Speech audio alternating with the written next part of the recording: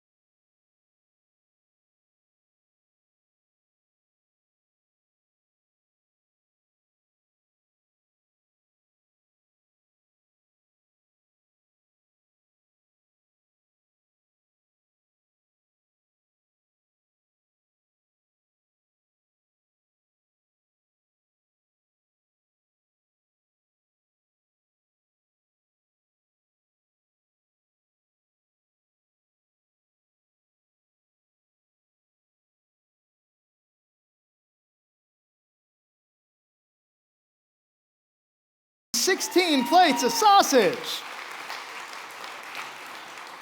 By the way, the official count that I have is that 373 of you showed up sometime last weekend to volunteer at Wurstbraten, including over 50 kids in that number as well. And so thank you so much for signing up and for volunteering. All right, you know this. It's always the first weekend in November. So if you didn't get here this year, next year is your year. Come and join us and have a lot of fun and be a blessing to the community all at the same time. So now it's time for the message. And as we kick off the message, this is going to involve a little bit of congregational participation. It's going to come at you guys fast. Are you ready? You ready? Get ready. Here we go. If you're happy and you know it, clap your hands. If you're happy and you know it, clap your hands. If you're happy and you know it, then your face will surely show it. If you're happy and you know it, clap your hands. You guys are very good at that. Give yourself a hand for clapping your hands so well. There you go. All right, now that I got everybody in the room clapping, all right, that is supposed to be an indication that you're happy. So let me ask you a question. Are you really happy? Or were you just clapping your hands because that's the thing you're supposed to do whenever that song is sung to you? Are you really happy? Or let me put it like this, okay? If there was one thing that you could change about your life, just one thing, or maybe one thing that you could add to your life, just one thing that would make you a little bit more happy, what would that one thing be? Maybe for you, it's a change in your job because, quite frankly, you don't like where you work and you don't like the boss you work for. You're not really big on your colleagues and coworkers, and quite frankly, you wish your paycheck was a little bit higher. And if you could just work somewhere else, have a better boss, nicer coworkers, and a bigger paycheck, that would be the one thing that you would change about your life to make you a little bit more happy. Or maybe for you, it has to do with the car that you drive. You've always kind of been a sports car person. And boy, oh boy, would you like something like a Ford Mustang or maybe a Corvette or something like that. Right now, you drive a Nissan Sentra, and it just isn't the same, right? So if you could just trade that thing in and get the sports car of your dreams, that would be the one thing that you could add to your life and change in your life that would make you just a little bit more happy. Maybe for you, it's nothing material, it's something relational. Maybe for you, your marriage is on the rocks, or maybe you got a rocky relationship with one of your kids, and all you really want is for that relationship to get better, for there to be a little bit more peace in your household. If you could just have that peace and have that relationship, that would be the one thing that you really need to make you a little more happy. If you could add just one thing to your life or change one thing in your life to make you a little bit more happy, what would that one thing be? I'm going to let you in on a little secret. Everybody has a one thing.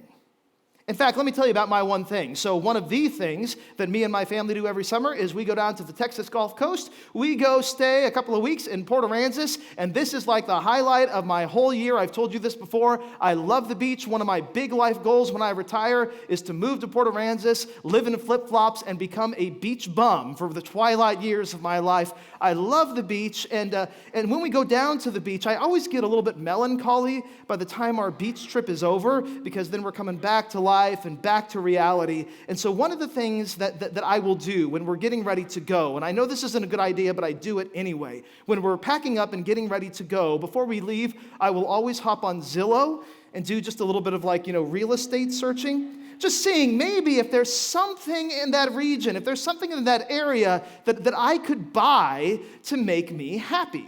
So I was on Zillow last June when we were getting ready to leave the beach, and I stumbled across this right there. Check that out. Wraparound porch, 4 bedrooms, and it is literally right on the beach, by which I mean you have to drive on Port Aransas Beach to get to that house. It is right on the Texas Gulf Coast. Not only that, it is beautiful outside and it's beautiful in. Take a look at that living room. Isn't that nice? Has a fireplace when it's 95 degrees all year long, but still, that's very pretty. And then you can kind of see it out the windows, not very well, but that has a spectacular view of the Gulf Coast out those living room windows. Now, here's the thing. When I saw that house, I fell in love with that house. It was on sale in June. It is still on sale in November. You want to know why? This is the reason why. That's why. Right there, okay? It turns out that on the beach means out of my price range. But I'll admit, when I look at that house, when I look at that living room, when I look at that view, I go, man, if I could just get that would be like the one thing that I need to make me just a little more happy. So, what's your one thing? We're going to be talking about that one thing in today's message. So this is week 2 of a series that we kicked off last weekend called Under Pressure, where we are walking through and working through a book in the New Testament, the book of Colossians. And just a little bit of background here, the book of Colossians was written to a group of Christians in the town of Colossae, which is a town in modern-day Turkey. And the reason that we're calling this series Under Pressure is because this group of Christians who lived in Colossae in the first century, they were under a whole bunch of pressure. In the year 60 AD, a big natural disaster happened in that region. An earthquake struck the region of Turkey, and it was a major and massive earthquake. In fact, it pretty much decimated the whole town of Colossae. It knocked down a lot of their public buildings, ruined all of their infrastructure. It also ruined a lot of personal dwellings. A lot of people's homes were lost in this earthquake. And so, the Christians living in Colossae in the first century, during this time period when this book was written, they were under a lot of pressure economically because, they didn't have the money to rebuild. They were under a lot of pressure politically because their whole city had fallen apart. They were under a lot of pressure emotionally because they had lost everything in just one moment. Now, it was into the middle of all of this pressure that the Christians in Colossae were facing in the first century that one day, shortly after this earthquake hit this town, a group of spiritual shamans or spiritual experts showed up. And they looked around at the ruins of the city of Colossae, and they said to all of these people who had just lost everything, man, this is bad. You guys must be miserable. We think what you need is just a little bit of happiness in your lives. And we have just the thing, we have just the key, even though you're miserable, to make you just a little bit more happy. And we're happy to share it with you. Well, actually, we're happy to sell it to you.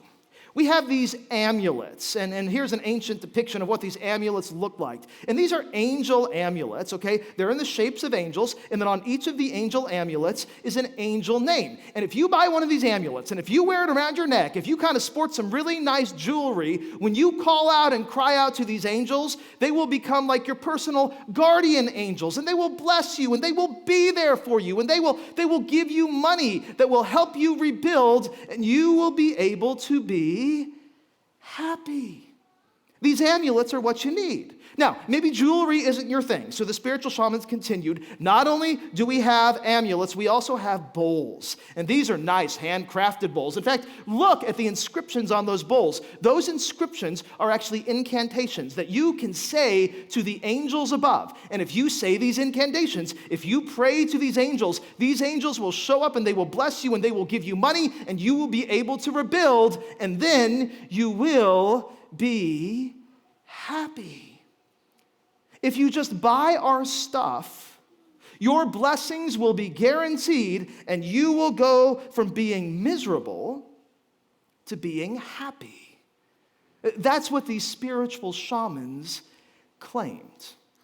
Now, there was a Christian pastor in the town of Colossae at this time who lost everything in this earthquake. His name was Epaphras. And Epaphras, when he met one of these spiritual shamans, he was a little skeptical of these spiritual shamans. And so he reaches out to a spiritual mentor of his, a guy named Paul. And Paul knew a thing or two about religion and Christianity because Paul was a guy who by this time in ministry had planted like 11 churches all over the ancient Mediterranean basin. He was a famous preacher at this time. And so Epaphras reaches out to Paul and he says to Paul, Paul, is this right?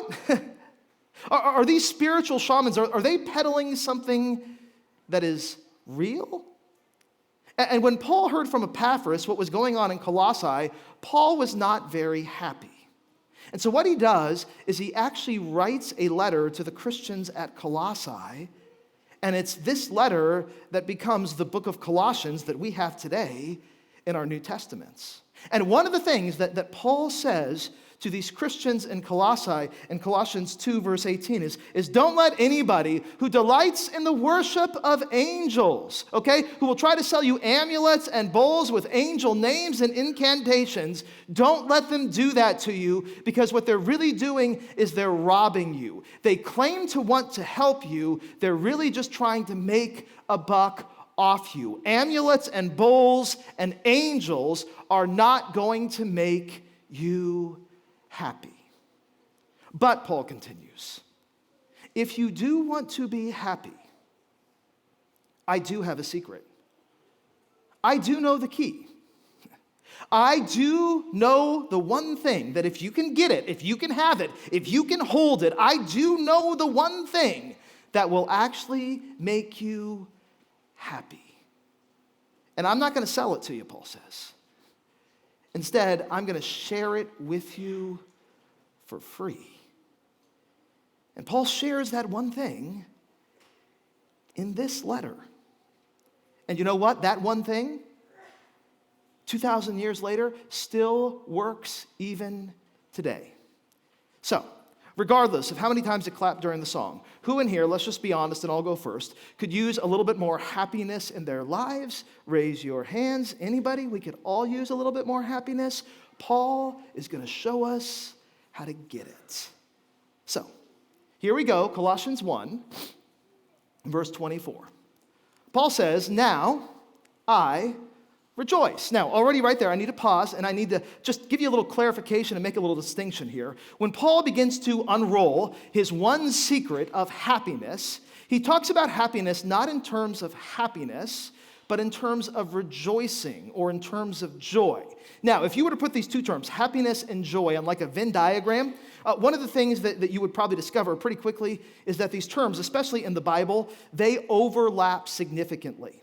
There is a lot of overlap between the meaning of happiness and between the meaning of joy. Because the feeling of happiness and joy, you know the feeling, is essentially the same feeling. It feels the same way to be happy as it does to be filled with joy. The difference between these two terms comes not in the feeling, but in the source of each of these things.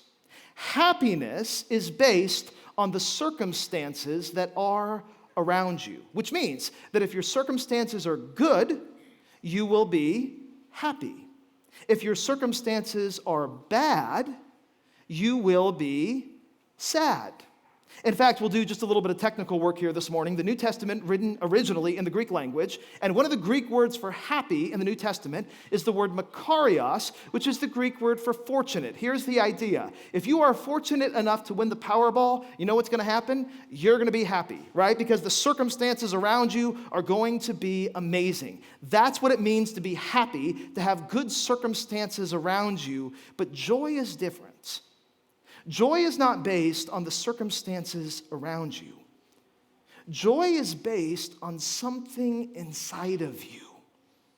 And Paul says if you can get this one thing inside of you, you will experience long-lasting, not just happiness, but joyfulness. Now, part of the reason that Paul wants the Colossians to have this one thing really, really bad is because Paul knows that the circumstances around the Colossians are terrible. They've just gone through this major and massive earthquake. Paul is also in the middle and in the midst of circumstances that are terrible. In fact, Paul admits this as he continues in Colossians 1 verse 24. He says, "Now I rejoice in," and here's what he says, "what I am suffering. Because my life, the circumstances around me, are going pretty badly." In fact, when Paul writes this letter to the Colossians, he writes it to Turkey from the city of Rome. And Paul, when he writes this letter, is actually in the middle of a prison cell in downtown Rome. Part of the reason that he is thrown there is because Paul has had this passion now for many years of talking to people about Jesus. And there were these kind of Jewish religious elites who didn't really like Paul's message about Jesus. And so they became hostile to Paul because he wouldn't stop talking about Jesus. And they eventually got him arrested, and they eventually got him thrown in a cell that looked kind of like this in the city center of Rome. Now, there's actually a name for the cell. It's called the Tullianum. You can still go visit it to this day. And there are a couple of things here that I want you to notice about the Tullianum. First of all, you see kind of that bright opening to the right. That is a little hole where light can come through into the cell. But then there on the left, there's a larger opening. That's where basically they would drop the prisoners through to get into the cell. And they would drop them there, they would chain them to one of the walls, and then they would just leave them there. Prisons in the 21st century are bad. Prisons in the first century were exponentially worse. In fact, notice just a few things about this prison cell, this Tullianum prison cell. Where's the running water? It's not there. Even worse, where's the indoor plumbing? It's also not there. And there would be like multiple prisoners in one cell, which meant that whenever, they relieved themselves, it would just stay there. If you can just imagine that for a moment, it was that bad. In fact, there's this Roman historian. He lived in the 1st century BC. His name is Sallust, and he writes about this prison cell. He says, there is a prison with a place in the middle of it called the Tullianum, and its appearance is repulsive because of the neglect, the darkness, and notice the last thing that Sallust mentions, the stench. Paul is in a prison like this. And it's really, really bad. In fact, Paul continues in Colossians 1 verse 24, it is so bad that in a lot of ways I kind of feel like Jesus. He says, I feel like I'm filling up in my flesh what is still lacking in regards to Christ's afflictions on the cross. When Christ died on the cross, it was bad. He was beaten, he was bloodied, he was mocked. A crown of thorns was placed on his head. Nails were driven through his hands and his feet. It was bad, but whatever didn't happen to him, I feel like it's happening to me. Because that's the kind of misery that I'm living in. And yet, Paul continues in Colossians 1, verse 25, this is something that I'm willing to do. This is something that I am willing to go through if it allows me to present the word of God to you, O Colossians, in its fullness. If it takes me being in a prison cell to write to you about Jesus, I'll stay in this prison cell. In fact, I would rather be in this prison cell writing to you about Jesus than making some sort of a compromise with people who don't like me and don't want me to talk about Jesus and gaining my freedom that way. I would rather be in prison with the freedom to talk about Jesus than be free without the freedom to talk about Jesus. And Colossians, here's the one thing that I want you to know about Jesus. Since you are in misery, since you've lost everything to a natural catastrophe, here's what I want you to know about Jesus and what he can do for you. God has chosen to make known the glorious riches of a mystery about Jesus. And you need this mystery about Jesus. You need to know that Jesus didn't just die for you. Jesus now lives in you. Even when you've lost everything in the earthquake, Jesus still lives in you. And because he lives in you, he gives something to you. And here's what he gives to you. He gives to you hope. He gives to you the hope of glory. And this right here is the secret. This right here is the key, according to Paul, of the one thing that you need if you actually want to be happy. The one thing that you need is hope. Hope is the secret sauce of happiness. So, what does it mean to have hope from Jesus? Here's the best way I know how to explain it. One of the cool things that we do here at Zion is we do something called Faith and Film, where for several months out of the year, once a month, we will go down to Film Alley, which is right here in Georgetown, and Phil Holy actually leads this. If you haven't been to a Faith and Film, you should go. He does a spectacular job, and we'll watch a movie, and then we'll discuss some of the faith themes in the movie. Now, we did this last weekend. I wasn't able to go, but I heard about the movie that we watched. It's called The Best Exotic Marigold Hotel. Now, before last Sunday, I had never heard of this movie before. It's actually a British comedy, okay, about 7 British retirees who are kind of wanting to live out their golden years and wanting to be happy. And so they decide that what they need is a change of scenery, a change of pace. And so they move from England, where they're living, to a brand new country, to a brand new nation. They move to India because they've heard about this Marigold Hotel in India that is supposed to be top-notch. It's supposed to be supreme. It is supposed to be filled with luxury and super-duper bougie. And so they leave everything they have in England, they move to India, and here's what they discover when they get to the Marigold Hotel in India. The standards of luxury in England and the standards of luxury in India are just a little different. And when they get there, you know what they're not? They're not happy because the hotel just does not live up to their standards. Well, the hotel owner, his name is Sonny Kapoor, and Sonny Kapoor isn't like a very competent hotel owner, but he is a very determined hotel owner. And whenever something isn't going well at his hotel, Sonny has this saying that he says over and over again throughout the course of the movie. He says, listen, everything, no matter how bad things are going now, everything is going to be all right in the end. And if it's not all right, you know what that means? It's not the end. That's one of the best definitions of hope I've ever heard. That's what hope is. Everything's going to be all right in the end. And if it's not all right, it's not the end. Here's what hope is. no matter how bad things may be today, in the end, everything is going to turn out okay.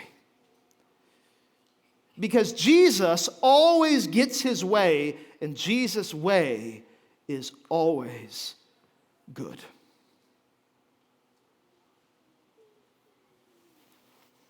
Do you believe that? Do you have that kind of hope? Do you have that kind of hope when you go to the doctor and get the diagnosis that you didn't want? Or that you didn't want for one of your family members, and all of a sudden you're going through treatments and chemo and radiation and seeing lots of oncologists? Do you still believe that no matter how bad things may be today, in the end everything's going to turn out okay? Because in the end, Jesus will always get his way, and his way is always good. You have that kind of hope? Do you believe that when things don't go okay? The chemo doesn't work, the radiation doesn't work, the surgery doesn't work, and someone you love winds up passing away. Do you believe that no matter how bad things might be today, in the end, even if the end is eternity, everything's going to be okay? Because in the end, Jesus always gets his way, and his way is always good. You have that kind of hope? Do you believe that when the financial meltdown hits? When you lose your job? When you get injured?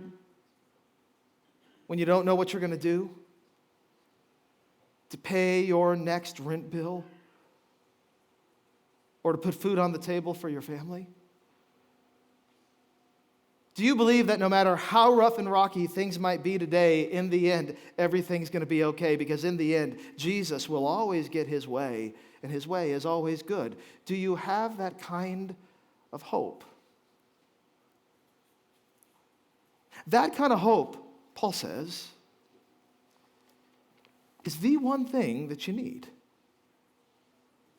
if you really want to be happy. In fact, here's the reason it's so important to have that kind of hope. A few years ago, me and my family were doing one of our summer trips down to Port Aransas. And man, it was one of those years where I was tired and I needed to get down to Port Aransas. This was going to be my happy place, and this was going to be my happy time. And so we get there to the beach, and we kind of follow the same pattern every time we go to the beach. The first full day that we're there, we always set up our tent. And we had one of these pop-up tents. You've seen them. And the pop-up tent, quite frankly, was not a very good pop-up tent. It was old, it was heavy, it was bulky, a lot of it was rusted. And so a pop-up tent that should have taken 5 minutes to set up usually took about 30 minutes to set up. But it was okay, because all we had to do was pull it out one time, and we'd bury it there in the sand on the beach. And then our method was always to set it and forget it. And so we'd set it up the first day and then just take it down the last day on the beach. And so that's what we do. It takes like 30 minutes to set up as we're trying to yank it apart and pop it up and get it buried in the sand. But then we were able to kind of relax. And we go back to the condo that evening. And one of the things that I always do when we're at the beach is I'll get up real early and I'll go for a walk on the beach, like at 5:45, because I want to watch the sunrise over the Gulf. And so I get down to the beach and I'm walking along the beach. I always check on our tent. Tent's all good. And I get back to the condo about 6:30. Our kids, they wake up about 8 o'clock, and they're kind of, rip-roaring, ready to go, get down to the beach. And so we put on some of their swimsuits, right, and we put on some of their sunscreen, and we all go down to the beach right around 8:30 that morning. And all of a sudden, you know what isn't there? The tent. Between the time I had gotten back to the condo at 6:30 and we had gotten back to the beach at 8:30, someone had stolen our tent. And do you know what I was not? I was not happy, like really not happy. But I think to myself, okay, we cannot be on the beach for several days without a tent. There's an Ace Hardware in Port Aransas, and they have really nice tents. So I go to this Ace Hardware, and I look at this tent that they're selling, and it is like a state-of-the-art beach tent. It's really nice. It's super simple to set up. It's super simple to take down. It's not big and bulky. It comes in a bag about this size that you can just sling over your shoulder, and it is $250. But I look at this thing and I think, you know what? I don't want to leave the tent up on the beach because somebody might steal it. So, you know what? We come to the beach enough. I'm going to spend some money and we're going to buy this tent. And I spend $250. I take it back to the beach. I try to set it up. It's supposed to be easy. You know what? It's not easy. You know why? Because it's defective. I got a broken tent for $250. When that happened, you know what I was not? I was not happy at all. And so I load up the tent, I put it back in the bag, I take it back to my truck, I drive back to the Ace Hardware, I return the tent and I'm thinking, okay, I'm not spending $250 on a tent. I don't know why I wanted to do that. So I drive down to the grocery store and I buy one of those beach umbrellas, okay? They don't provide you a lot of shade, but you know what they are? Super easy. I get one, I haul it back to the beach, I put it into the sand and I put it up. And there's just enough shade, barely, for Melody and me. And we're kind of huddling under the shade. The kids are playing in the sand. But I figure, you know what? This will do for this beach trip. I'll figure out a tent for next beach trip. Well, about 90 minutes after I put this umbrella up, a storm starts rolling into the Gulf. And before I can grab it, the wind grabs the umbrella, tears it to shreds, and sends it flying down the beach. You know what I was not? I was not happy. In fact, I was angry. Because it was storming, I sent my family back to the condo, and I went for like a 2-hour drive around the island, just trying to cool off and calm down because I was so upset. Because here's what really had happened, okay? I was throwing myself a little pity party in the truck. I was thinking I needed this beach trip. This trip was supposed to be great, and now it's completely ruined. I still had like 2 more days left in the beach trip, but I had already ridden the beach trip off. The whole thing was a failure. The whole thing was a disaster. Here's what had really happened. I had lost hope. I mean, yeah, I still had a couple more days of the beach trip, but the whole thing was already ruined, right? I'd lost hope.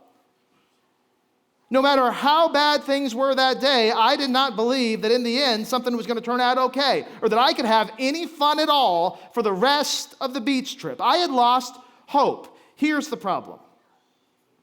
When I got back to the condo, my kids were saying to me, "Daddy, are you okay?"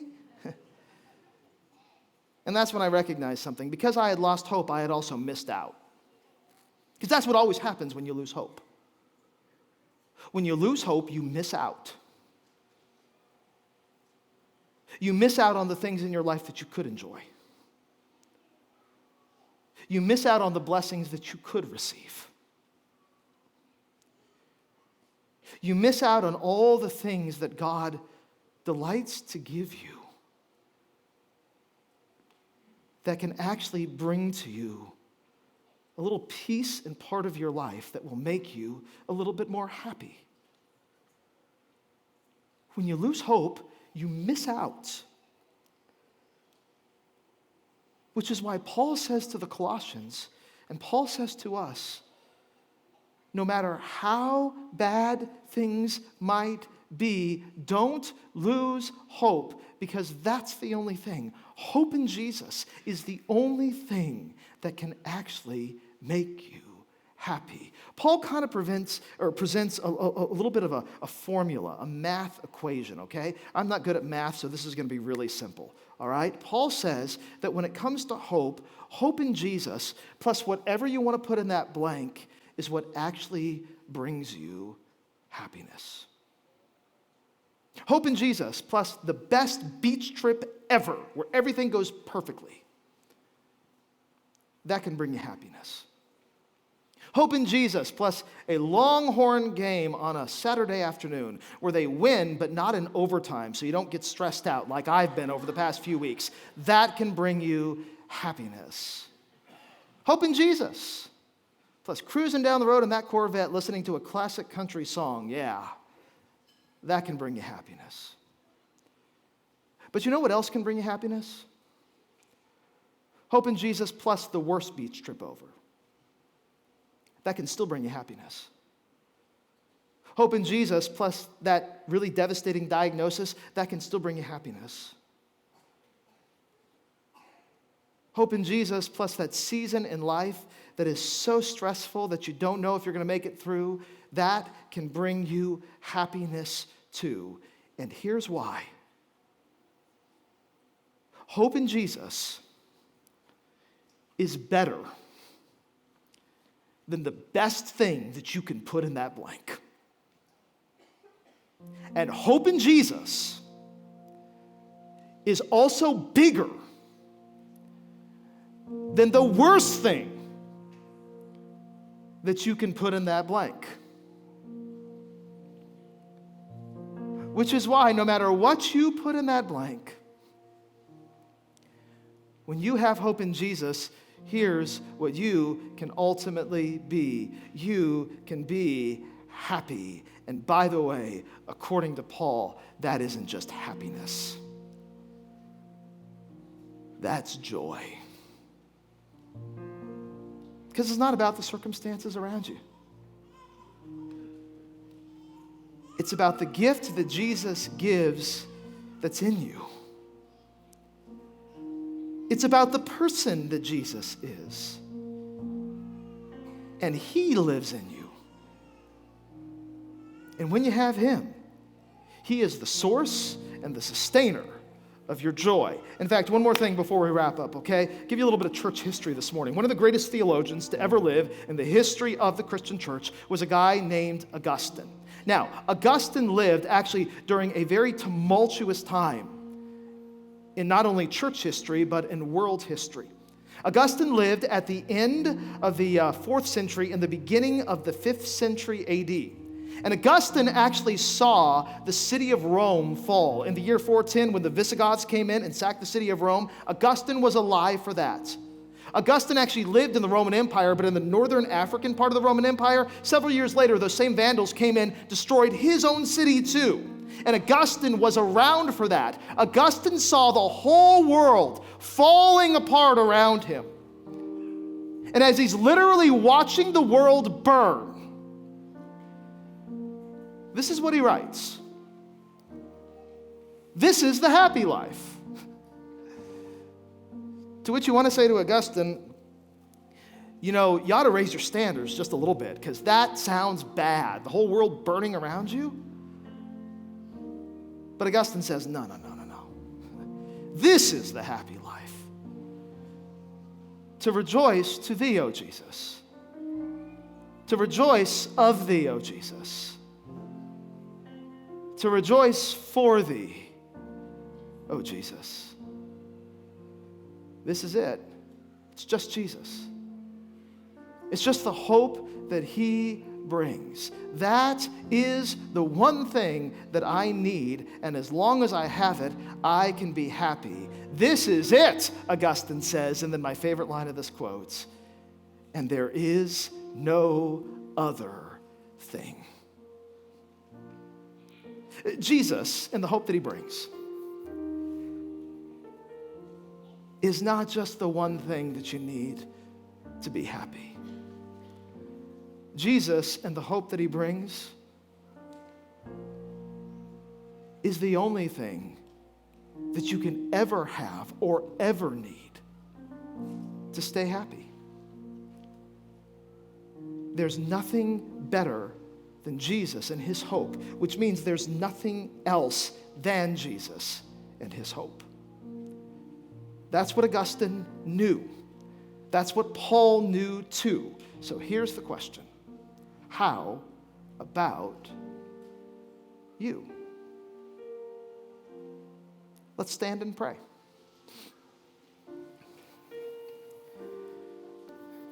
Heavenly Father, when things are falling apart around us,